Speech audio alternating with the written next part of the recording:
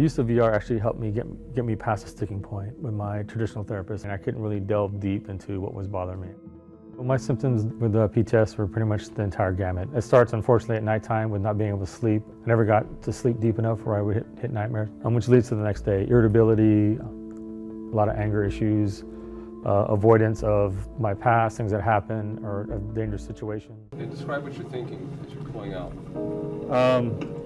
Glad that we made it all okay. I think I reacted all right.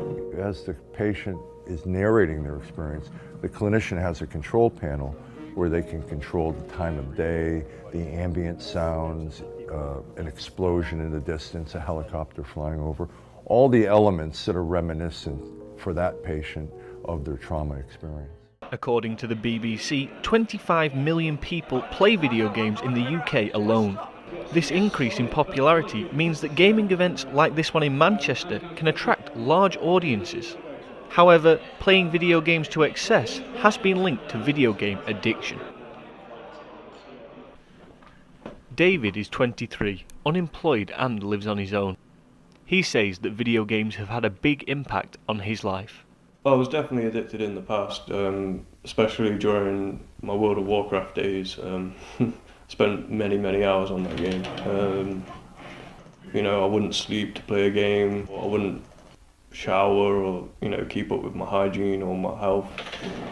I got trouble. It got to the point when I realised I needed to stop, so I quit World of Warcraft and I've never gone back to it since.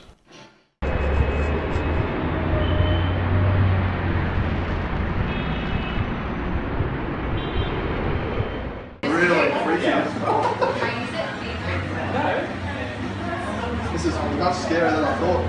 Oh my god, this is way scarier. Man, that was just too much. How is it? Yeah. It's so real. Oh my. It's a hard plank to walk. Oh no, I'm not walking that thing. I enjoy gaming more than I enjoy life. Gaming is simple and rewarding. People care about me there more than in the real world, and I'm good at it. I've had a lot of opportunities to succeed in the real world, but I pass them up, and I feel like it's kind of hopeless now. In the back of my head, I can notice my life is degrading. It just makes me want to play more, because then I don't have to think about it as much. Now, in a sense, when we think about the effect of video games on the brain, it's very similar to the effect of wine on health. There are some very poor use of wine. There are some very poor use of video games. But when consumed in reasonable doses and at the right age, wine can be very good for health. There are actually specific molecules that have been identified in red wine as leading to greater life expectancy. So it's the same way, like those action video games have a number of ingredients that are actually really powerful for brain plasticity, learning, attention, vision, etc. And so we need, and we're working on understanding what are those active ingredients so that we can really then leverage them to deliver better games either for education or for rehabilitation of patients. The whole concept of desensitization really is the idea that an initially negative response to something becomes less negative over time with repeated exposure. And so when we talk about desensitization to violence, what we're talking about is a reduction in the body and in the mind in the kind of negative responses that people initially have when they see blood and gore and violence.